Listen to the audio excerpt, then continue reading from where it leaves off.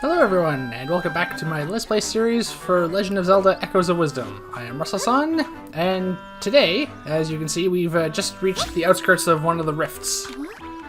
The first major rift which Tri, our new friend here, believes that we should be able to enter, rescue their friends, and then together they will be able to mend the rift. So we're going to be getting to that in a moment.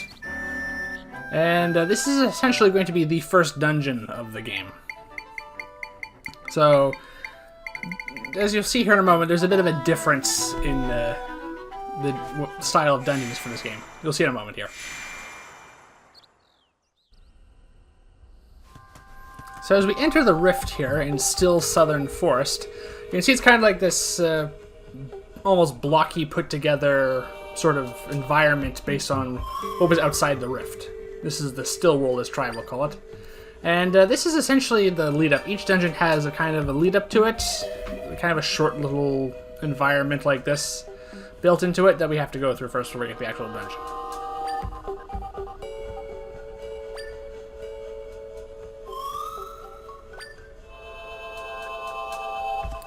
Yeah, so it's kind of this patchwork jigsaw puzzle style world. That little blob there that's floating through the air, if that touches us, it basically becomes a copy of some of the echoes we can summon.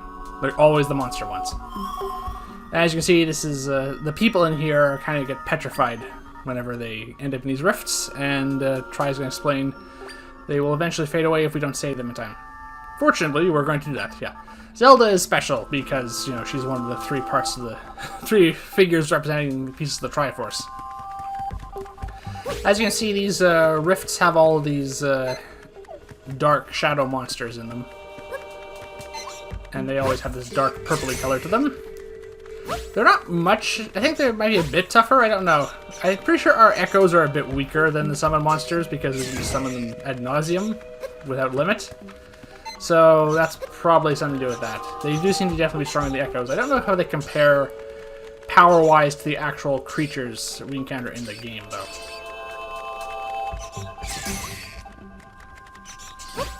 These keys are not the most effective summon creatures in this game, but they're what I have at the moment.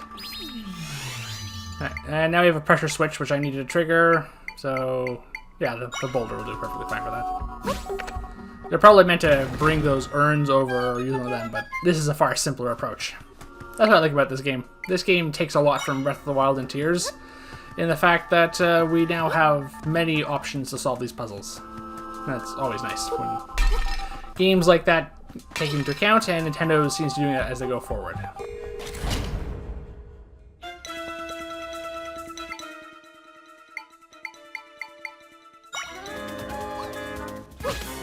Alright, let's summon the Moblin Echo here, because the spear projectiles they throw are stronger than the keys. This is better for a lot of enemies like this that are slower moving. And another thing that's important for you to utilize in this game is the basically ZR targeting. It really does help, because you can direct your echoes to attack a specific enemy if you want. It's not a big deal with these Dark Zols, they're kind of wimpy, but still, it's an important thing to keep in mind as we play through the game.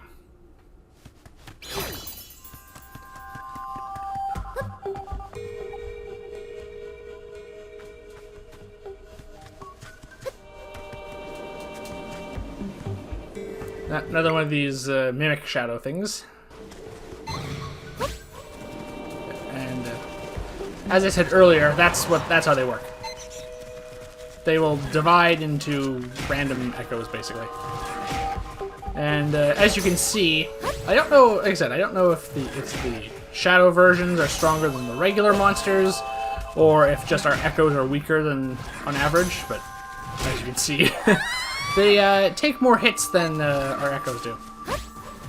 I'm honestly not entirely sure why I'm bothering to take this. Probably just to showcase this off, because I'm taking a fair bit of damage here. I do have a fairy and a potion, so it's not a big deal. But as you can see, we could easily just leave at this point. Wow! This Shadow Moblin is certainly more aggressive than mine.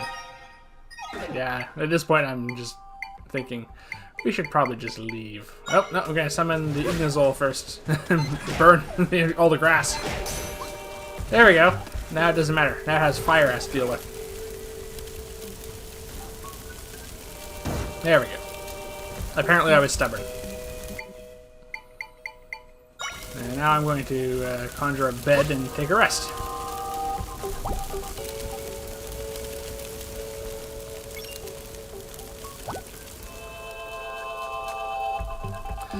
Just fair warning, I use the beds to heal up whenever I can, basically. I know it's a little time-consuming because it's not quick. But it's just a safety precaution thing. It's one of the things I'm definitely going to do as we play through this game, so you're going to have to get used to it, I'm afraid. Alright, 2 branching paths to take. Which way am I going to go? I'm going to fall first. Fortunately, I don't take damage from that for some reason. As always, it's a good idea to explore these areas. These still worlds don't have a lot in them. As you can see, it's kind of like a small side path just to get some rupees. However, sometimes it's better than more worthwhile, so we'll see.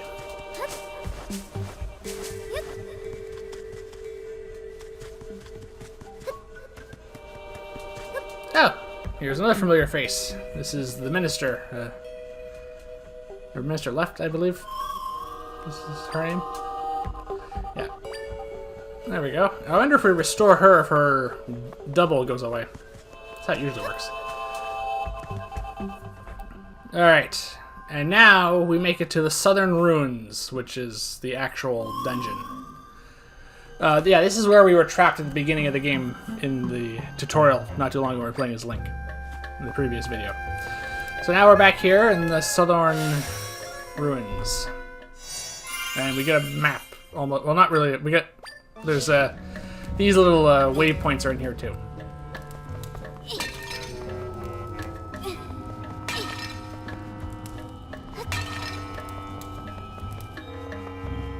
Alright, from here on it's basically standard dungeon crawling in the vein of Legend of Zelda games in general.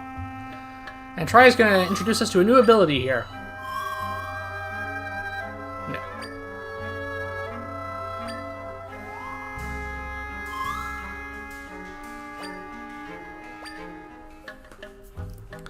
So, by pressing the X button, we can guide Tri, who will basically magically bond with an object, and then we can move it around, basically telekinetically. Useful for solving puzzles. A whole bunch of... That comes in handy quite a bit now. We have another button we have a command assigned to, so that's going to come in handy a lot. As you can see, for example, here we need to form a path. And it's a giant rock, obviously.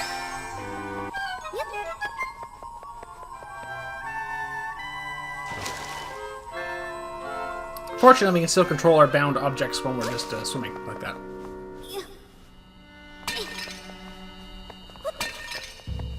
More floor nectar. As you can see, there's a branching path here, so I'm going to see what's down here. The 2D section. And we're about to see another interesting enemy, and as it's a new interesting enemy, we'll be getting a new Echo soon, obviously. Provided I can manage to jump properly across these little strands of webbing.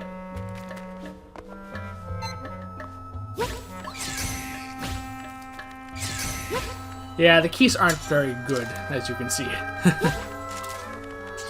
But they are what I have at the moment for the most part.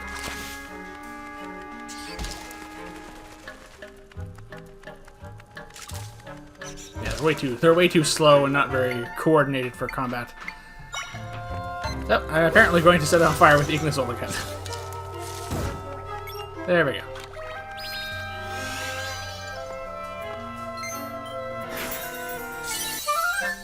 Now we have the Strantula Echo, which is kind of a play on the Skulltulas from, well, all the earlier Zelda games. So they can be used, summoned to create these strands of webbing that we can use as ropes and traverse with us.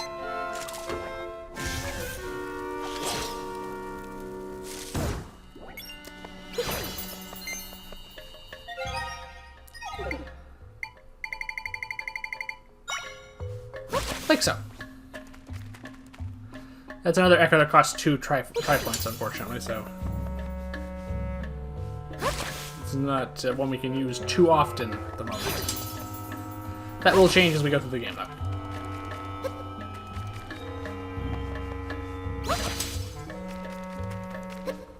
And we got treasure chests. Ah, here we go. Here's the map. Always useful. And I spend a lot of time exploring via the map in this game and essentially every other video game I play all the time. I use maps all the time. The best games have maps.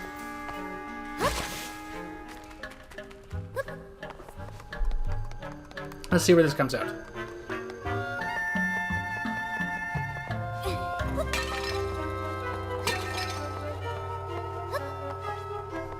Time to try the new Echo more, because I can use this to create a path that I can climb on, even outside of those 2D tunnels.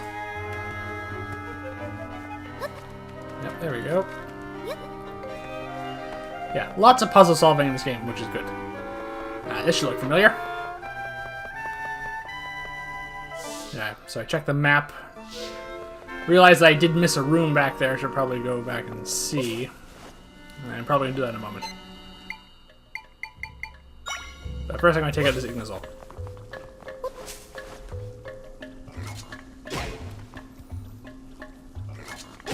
There you go. Echoes that have ranged attacks, like the Moblins, are very, very handy, obviously. And back down we go.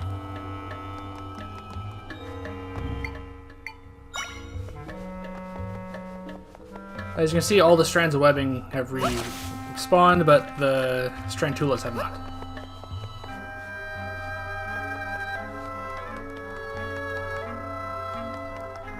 Alright, what's over here?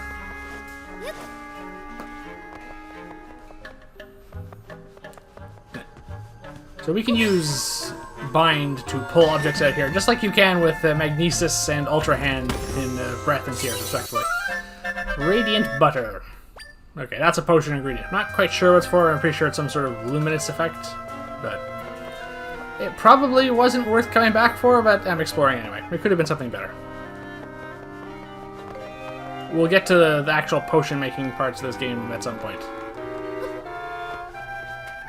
You can't just do it anywhere there's a campfire, just like you can in Tears, unfortunately. There's a specific area you have to go to. Eventually, I will learn to stop trying to summon my echoes in side walls.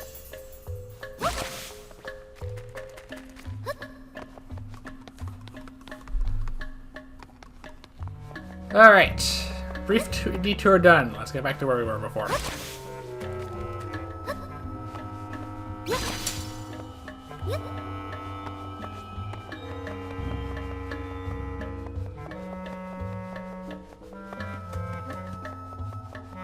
Alright, let's see where this elevator takes me.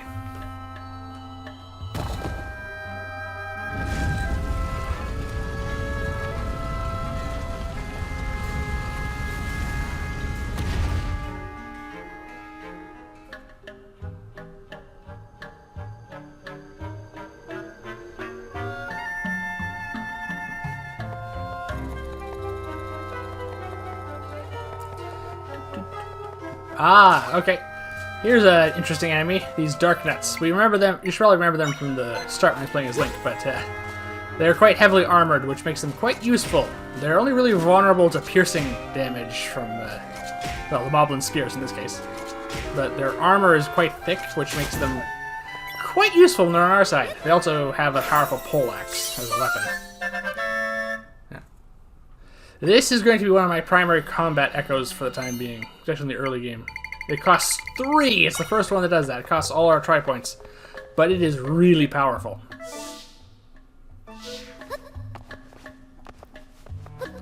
Cannot jump up there. Going to need something. I haven't used a trampoline much. Let's try that out. Alright, here's another door. But there's a branching path here again. I always decide which way I want to go with these. I always usually end up picking, ironically, the one we're supposed to go along. Yeah, as you can see, I'd start to check the map again. Because what was over the other way? Is what I'm thinking at this point. This is, there you go. Dead end in this case, so there's nothing, but it's always worth checking. I probably should have done that beforehand, but I always somehow instinctively know which way to go in these games. That's come up in our Dungeons & Dragons campaign a few times when we're playing. My father will often complain the fact that you went the right way the first time. Somehow you're the way that leads you out of the dungeon, towards the critical path. Yeah. I just do somehow. All right, lighting brazier puzzle. This is a classic Zelda puzzle. I'm just gonna watch this box burn. Wow, it takes a while. All right, use bind on this boulder. There we go. And then jump across with the Strantula.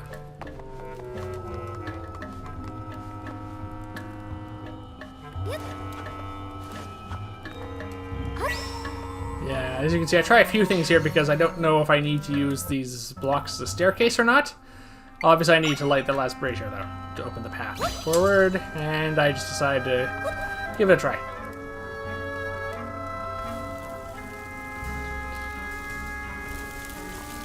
Fortunately, the flames will eventually spread to the brazier.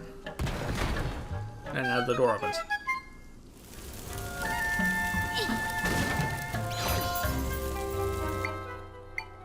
There we go.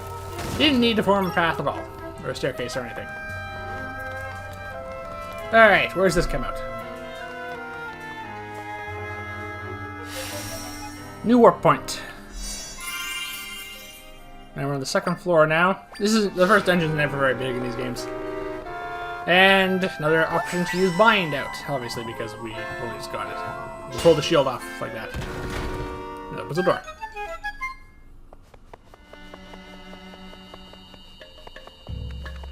More keys. A chance to try out the Dark Nut. So the Dark Nut's armor protects it from, well, basically any enemy that doesn't have some sort of piercing weapon. So the Dark Nut is a much, much better Echo for combat.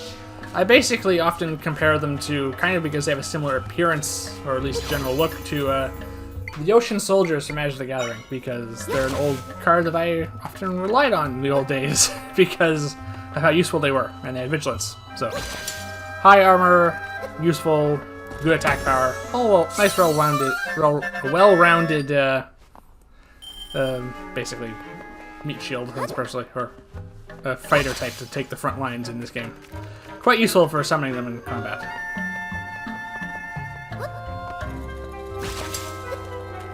Alright. Chest of 50 rupees is usually worth going for. Rupees aren't too important in this game, but they do have... you do need them to buy potions and stuff. Alright. 2 Dark Nuts.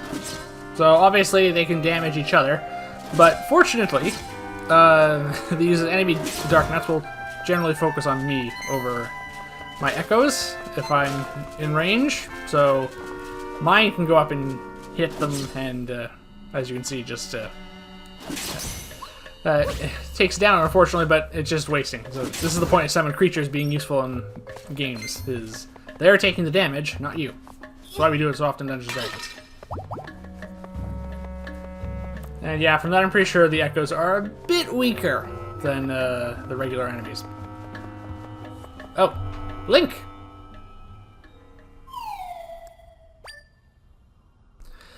Something seems wrong here.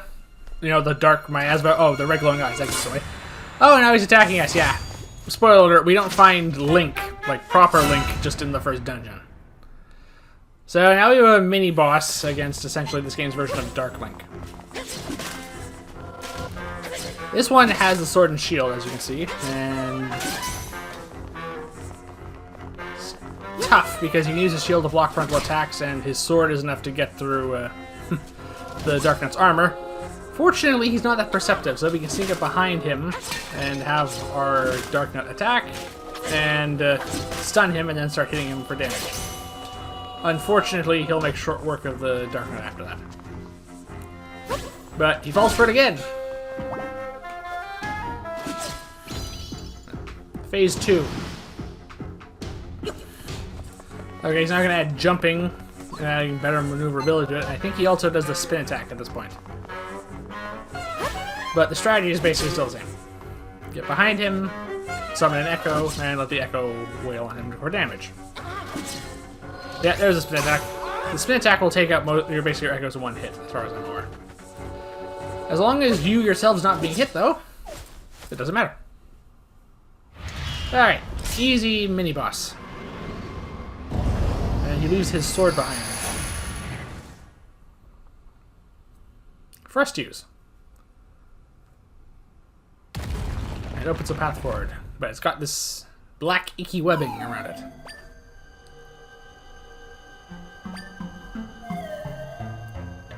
Yes, it was an imposter.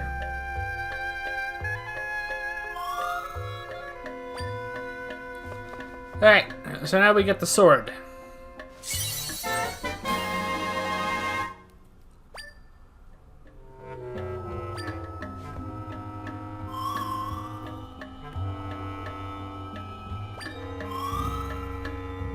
It's an enchanted sword, and as you can see, we're going to be able to use its magic here to help us out.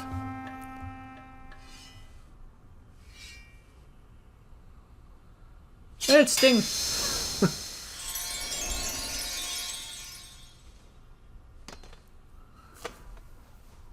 As you can see, it temporarily transforms us into a Link-like form, letting us borrow his abilities for a short period of time.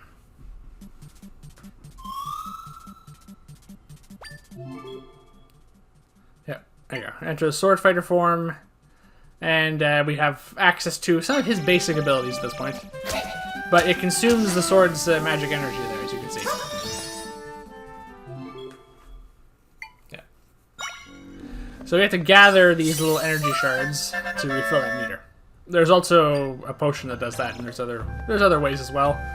There's always multiple ways of doing things. It's essentially the same thing as the magic meter from earlier Zelda games like A Link to the Past.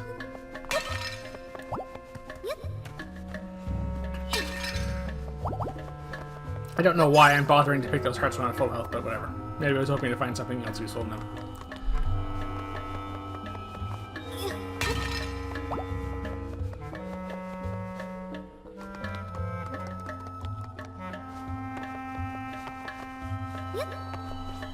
Alright, another rock that we can use bind on to move around. Clearly we have to go that way. And now we're going to need... Oh, no, we jump over. No need for this Drantula. Except for this next bit here. We need to go up now. Ah, treasure chest. Can't remember. Is the compass in this game? I should remember. I just played this, but... Nope. It's a heart pin. This is an accessory. We find hearts more often while we are it. There you go. There you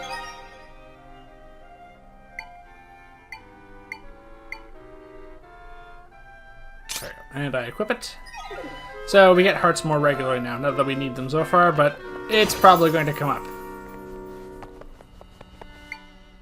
I actually can't remember if the compass is in this or not. I think we'd have found it by now if there was. Maybe they just condensed the map and compass in this game. They've done that before. I mean, they've basically gotten rid of the map and the compass in Tears in Breath of the Wild, so. Alright. There's the boss door. Need the key for that. And as you can see, there's kind of this loop around, as you can see, that we're going to need to go through to get it. Well, Deku Bubbas, another classic enemy. They brought back a lot of classic Zelda enemies for this game. This and Tears, I'm really glad they did. It really helps bring home the idea that this is meant to be, well, as I said, the celebration of the anniversary of the series. This video series, not the game itself. It came out before then, but it's nice to be playing it for the anniversary. Oh yeah, throwing urns that distracts enemies, and also distracts your echoes apparently. Slice through the webbing again. But I'll let the Dark Knight take out this thing. Conserve the energy I possess for when I need it. There's a boss fight coming up at some point, obviously.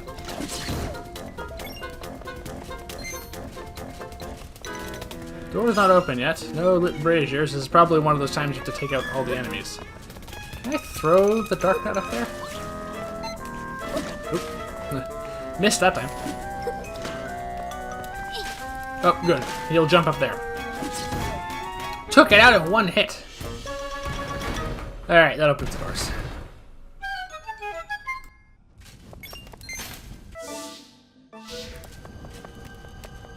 Alright, let's go for the side room first this time. Just for a change. Treasure chest. Statue. Yeah, the treasure chests are marked on our map, so there's clearly no compass. Alright. Bind it to us. Move it up. And then we just drag it along. There we go.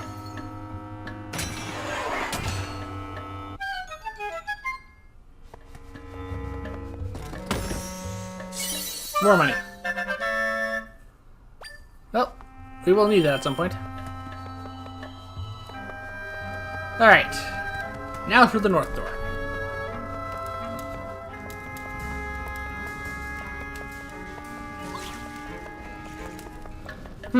A Deku Baba on the other side of a grate. Well, my Darknet's gonna get through. Not gonna get through that. I can't jump through it. Guess we'll need the Moblin for this.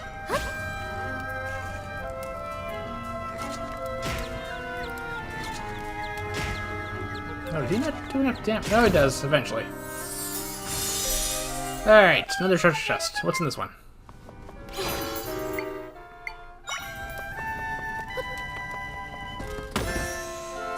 Ah, small key. We're going to need that. Hey, that's the first small key we found so far. Don't worry. The other dungeons have a lot more of them, I assure you. Alright, so we need to go through here now. Yep. To get the last treasure chest and to get the boss key. Another statue bind puzzle.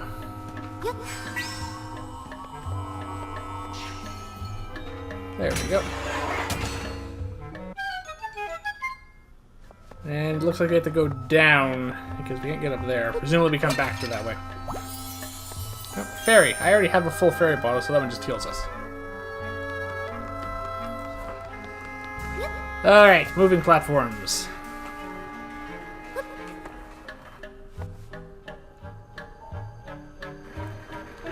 Pretty standard for these sorts of games. And Try's going to explain another use of the bind ability in this game. Yep. So once we magically link ourselves with the bind spell, we can hold R, and now we'll follow along with it, basically. So it will guide us as opposed to us guiding it. And that allows us to, well, obviously get across gaps like that. I tried to keep it there, but clearly I have to let it go. It's gonna take a little time to get used to the bind ability because it's new.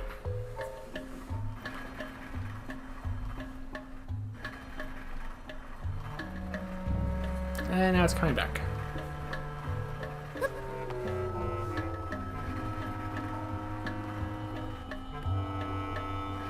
These platforms do not move in any hurry, do they?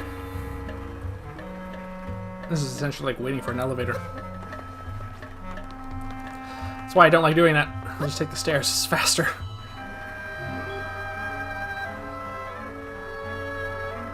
Alright. There we go. Time to follow again.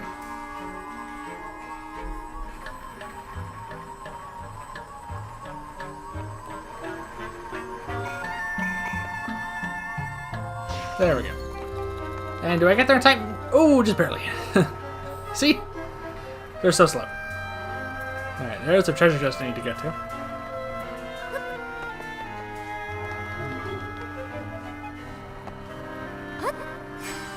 There we go.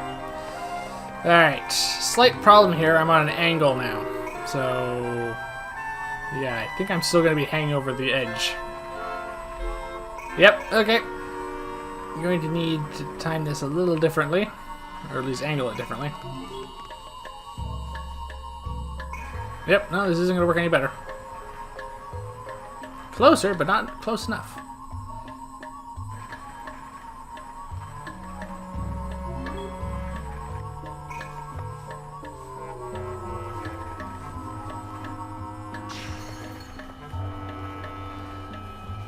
Yeah, so I need to use the targeting here, because we can target things and then bind to them. So.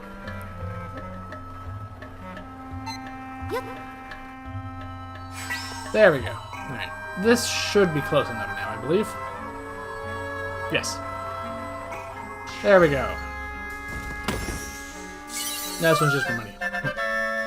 Alright, so the last treasure chest has the key in it, and that's up above.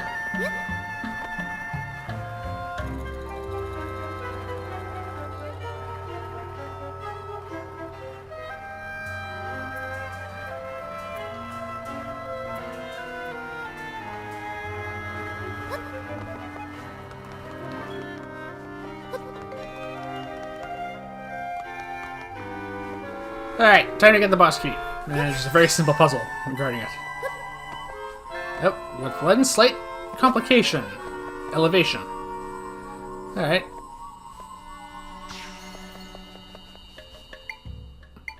Yeah. Summon a trampoline. Wrong spot. There we go. Now this should be enough, I think. Nope.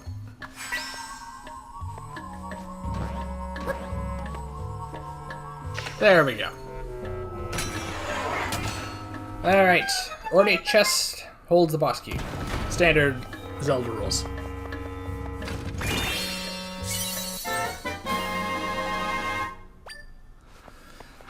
That's a good question. Do you call it the boss key or the big key? Because some games call it one and some games call it the other. I always call it the boss key just because of habit, mostly.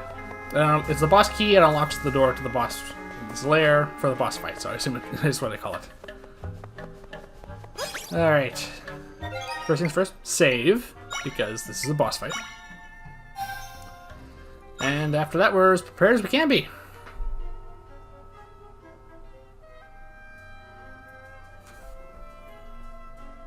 Alright.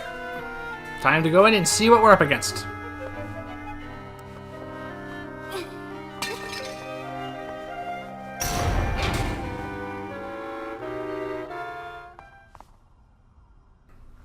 Okay, what is the first boss in this game this time? I honestly don't remember. Like I said, it's been about a year since I played this.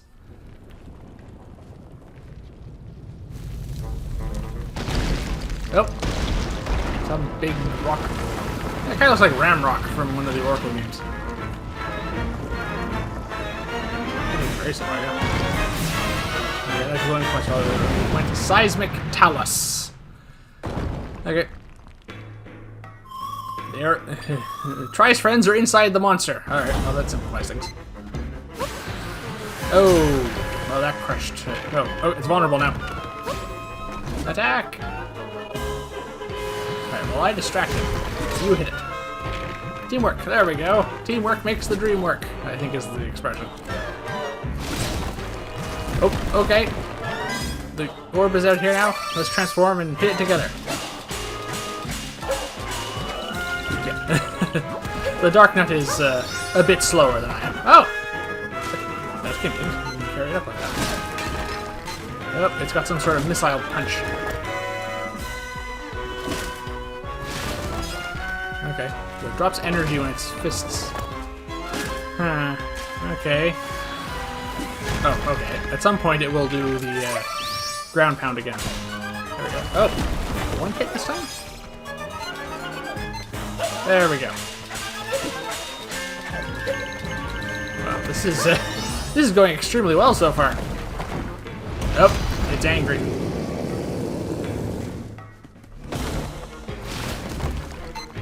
Okay, now the weak point is on its head. Oh, okay, it's got a spin attack now too. Alright, well, the Dark Nut was able to be carried up by its fist, so I assume we have to get on it, and we might actually be able to hit it from here. There we go. I thought we were going to have to carry us up to it. There we go. More energy, summon the Dark Nut, and... I don't think this boss fight's going to last much longer. First boss, no damage. That's nice.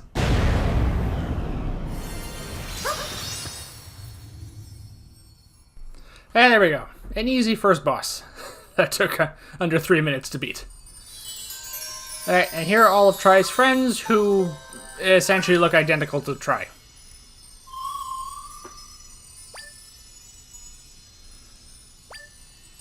Alright, now they can fix the rift.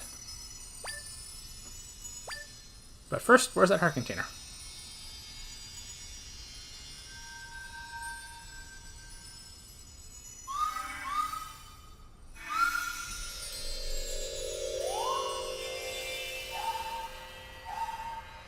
Alright. Big whirlwind of golden little will-o-wisps. Yep, okay. Turning into a geyser of energy. Okay, re-knitting reality back together now.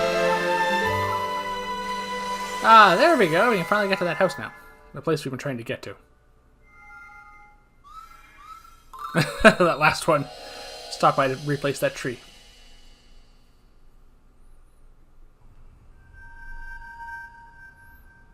Alright, I think reality's a bit more stable now. Yes, and also, because we cleared the dungeon, Tri gets to level up. So Tri gets an extra Tri point now. As we close more rifts, Tri will go up in levels, and the echoes we can summon become easier to summon because we have more Tri points and stuff. Yeah. So clearly these monsters are working against us and in favor of whoever is creating all these rifts. We'll have to find out who that is. Yeah, found these unusual crystals. We'll find out what they're for in a moment, but clearly they refill our energy meter, so they're related to that somehow. Yes, but first, before we leave, the heart container! There we go. 5 hearts now.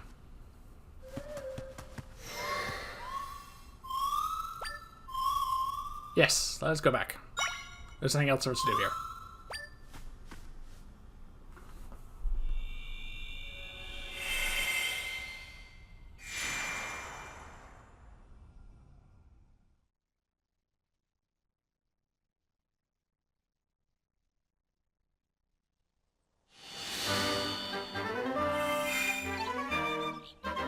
Alright, we're back in Hyrule now.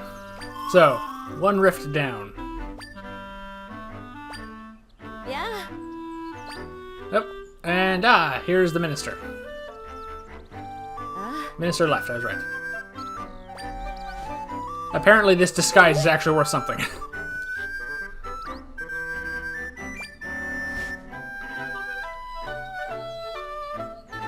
A lot of exposition that was skipped there.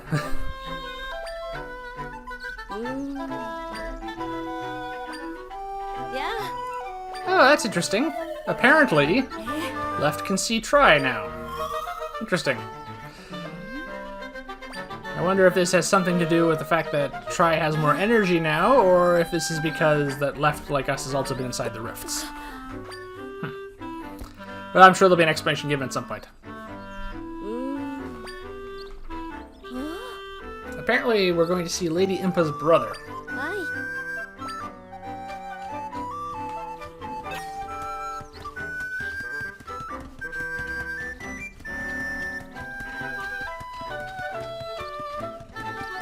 And yeah, the meat is not there. That's unfortunate. I was hoping to get that echo. I'm pretty sure there'll be other opportunities to get it. I think it's just used to distract monsters, like moblins.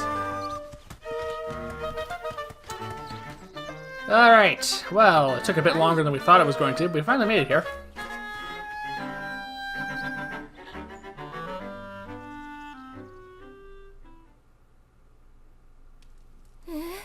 That's a big machine.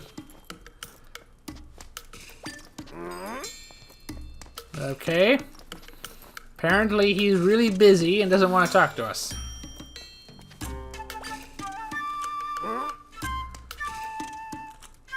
You're about to leave. Do you have any idea how long it took us to get here? That's what we're trying to do. Actually, we're trying to save all of Hyrule, but it also includes him. Usually Link takes care of that. Yes, we did run into him at one point.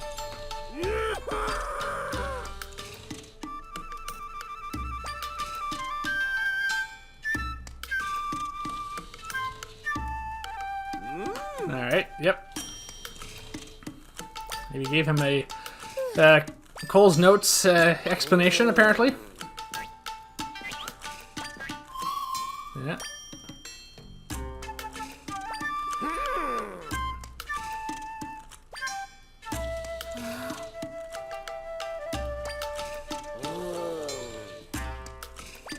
Yeah, okay, it does have to do with the rifts then. Well, yeah, I imagine being trapped drawn into the rifts and being petrified and slowly eroded away by dark matter will change your perception on things.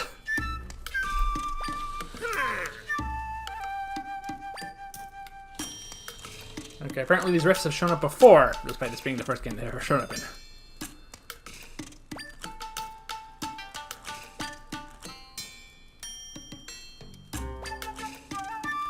Alright, so he made the sword, apparently. The Sword of Might.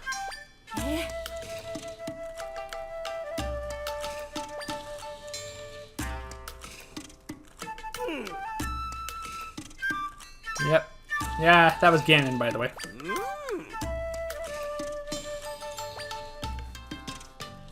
Yep. Rifts do keep coming. Yeah. Well, I imagine it wasn't the only rift.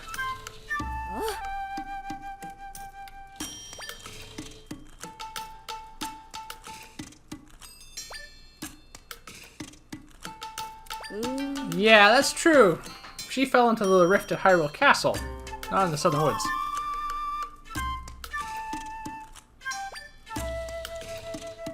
There we go, yeah. There's more rifts that we're going to have to attend to.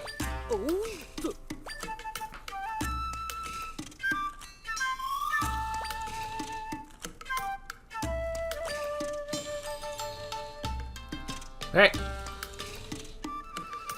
Try's gonna take a look from the bird's eye view and see what they see.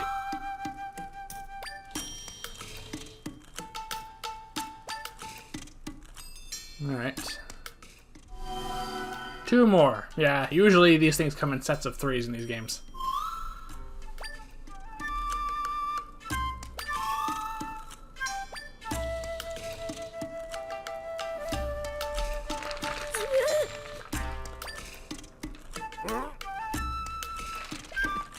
Yeah, I mean, we are literally the only ones capable of mending the rifts at this point.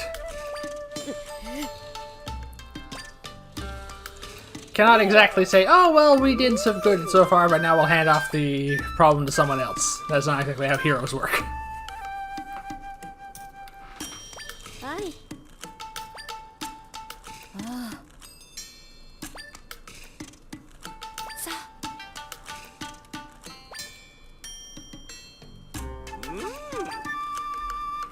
Alright, apparently he can upgrade our sword for us.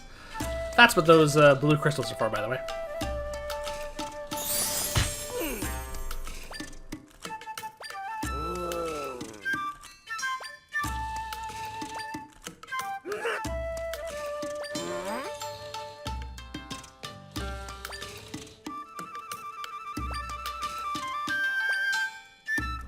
Yeah, so we can spend the might crystals we found to upgrade the sword in that machine there. Basically, is the gist of what he's trying to say.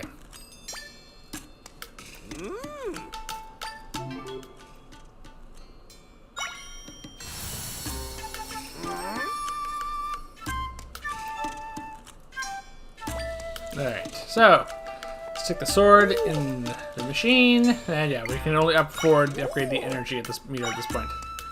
That's fine. That's what I would want to upgrade first anyway.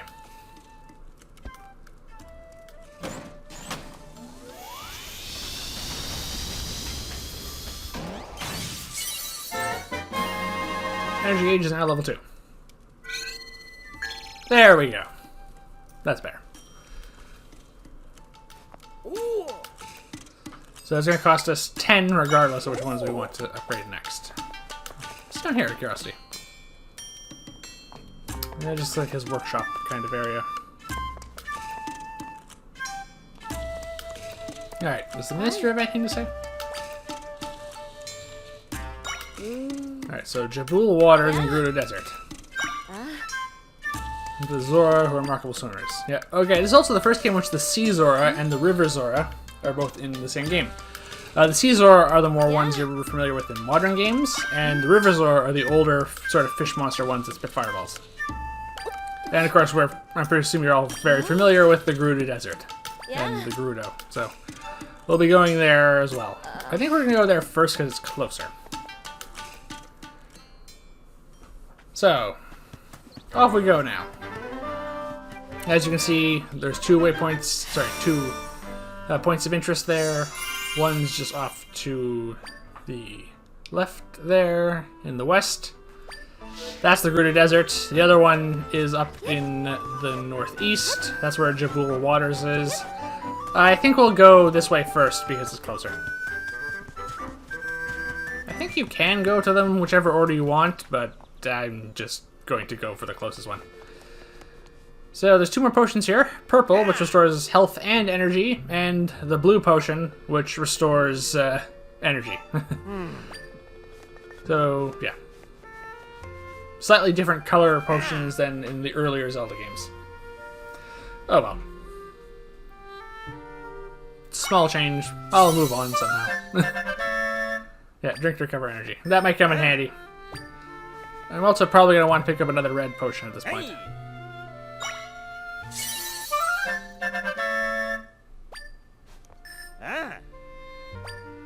There we go. Yeah. Oh, third red potion. Well, we're going to need healing at some point.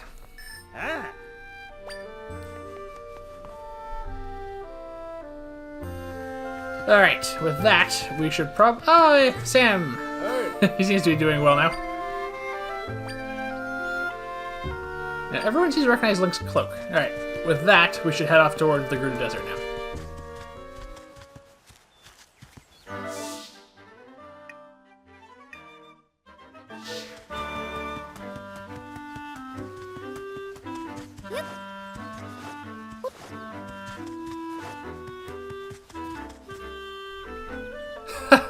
Oh, they brought back the wanted posters from A Link to the Past, except now it's Zelda is being wanted as opposed to Link. That must seem really weird to the guards of Hyrule. Wanted, your princess. Find her and capture her. It's just like it's gonna they're gonna feel really silly when they find out what's going on, because you know that's coming at some point. All right. This new spider is not as good at taking out the Dark Nut as the mob ones, obviously. And we find a monster horn, fang, again used for crafting or making potions, that sort of thing. Alright, so this is a Crawl Tula. Yeah.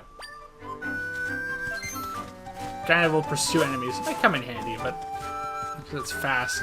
But I still prefer the Dark Nut. A lot of monsters in this area, it seems.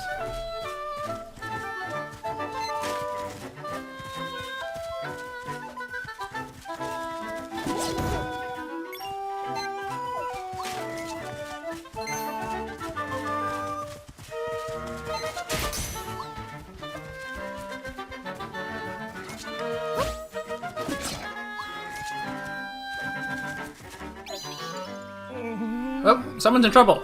Someone who is mistaking us for Link because we're wearing his cloak and fighting monsters, apparently. Hey, come on. Come on, Dark Nut. We have work to do. Take out these really distracted moblins.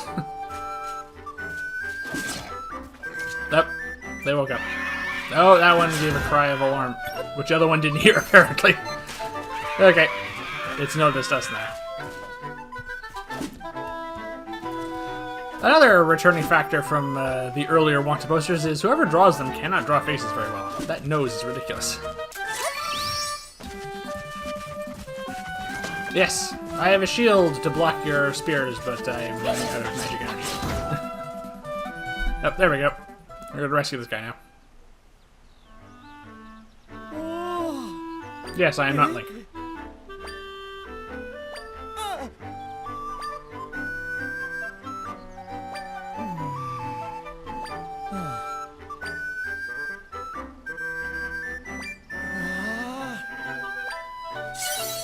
We got a reward for saving him, that's nice.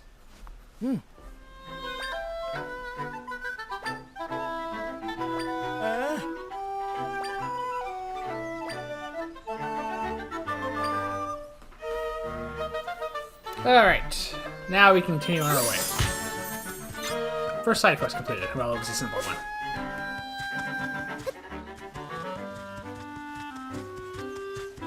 A heart piece! Oh, how do I get to it?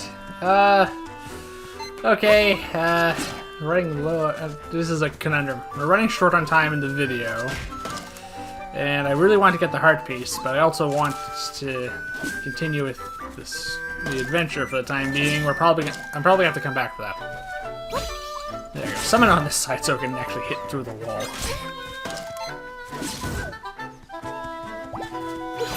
That's the first heart that's dropped since I got in that heart pin thing, I think.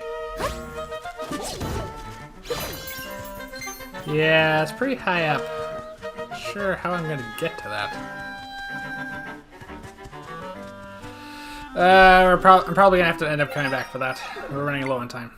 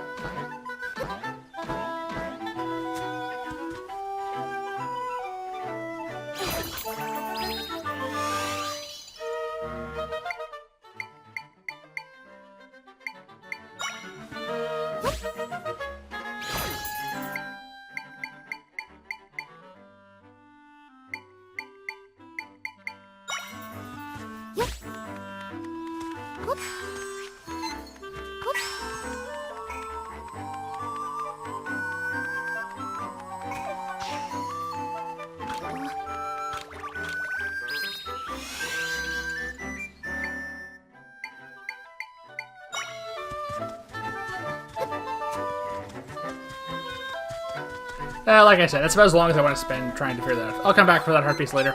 It's not going anywhere. Octoroks!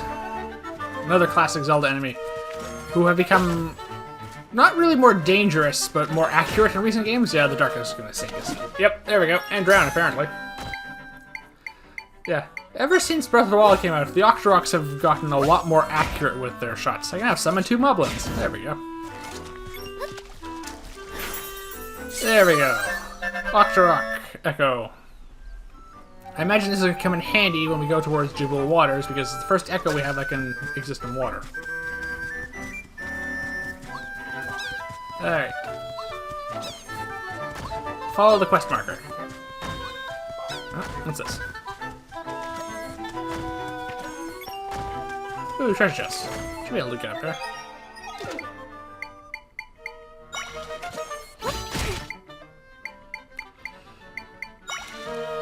I have to take care of some of these enemies first.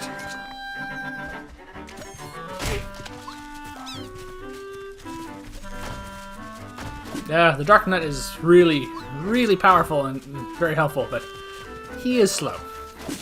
There we go.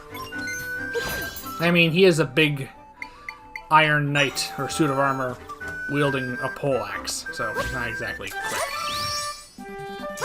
I hit the wrong button. I'm going to do that a fair bit, I promise you. There we go. Portions of rock salt. Alright. Again, potion ingredient. Alright, let's get to the Gerudo Desert now.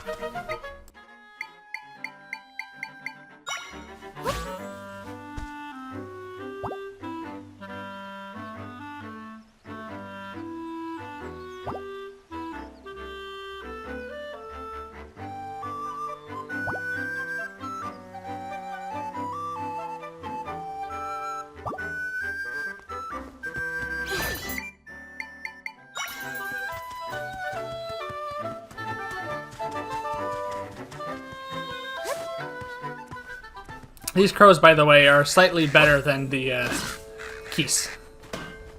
So, I'm going to pick one up here just to get the new Echo. There we go. Crow Echo. Probably make a nice replacement for the keys because they're more accurate and more aggressive. Well, I'm just going to bypass most of these because we've reached our destination.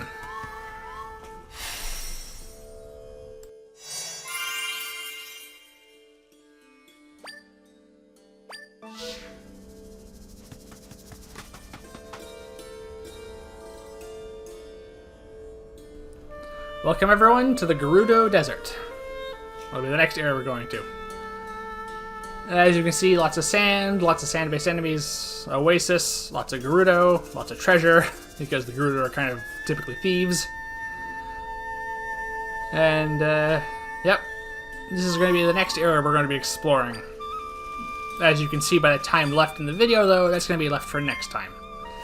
This is a nice spot to call it, because we're going to be entering a new region, and we just completed a dungeon, so this is a good place to stop for now. So, with that, thank you for watching, everyone. Please remember to like, comment, and subscribe, and please join me here again next time. Zelda's already feeling the heat. Yeah, I sympathize with you, Zelda. I'd be feeling the heat, too, in this desert. Next time, we'll be exploring the Gerudo Desert and trying to find the next rift, and trying to possibly find Link and the other missing people. Until then, I hope you enjoyed this video, and please join me here again next time. Goodbye, everyone.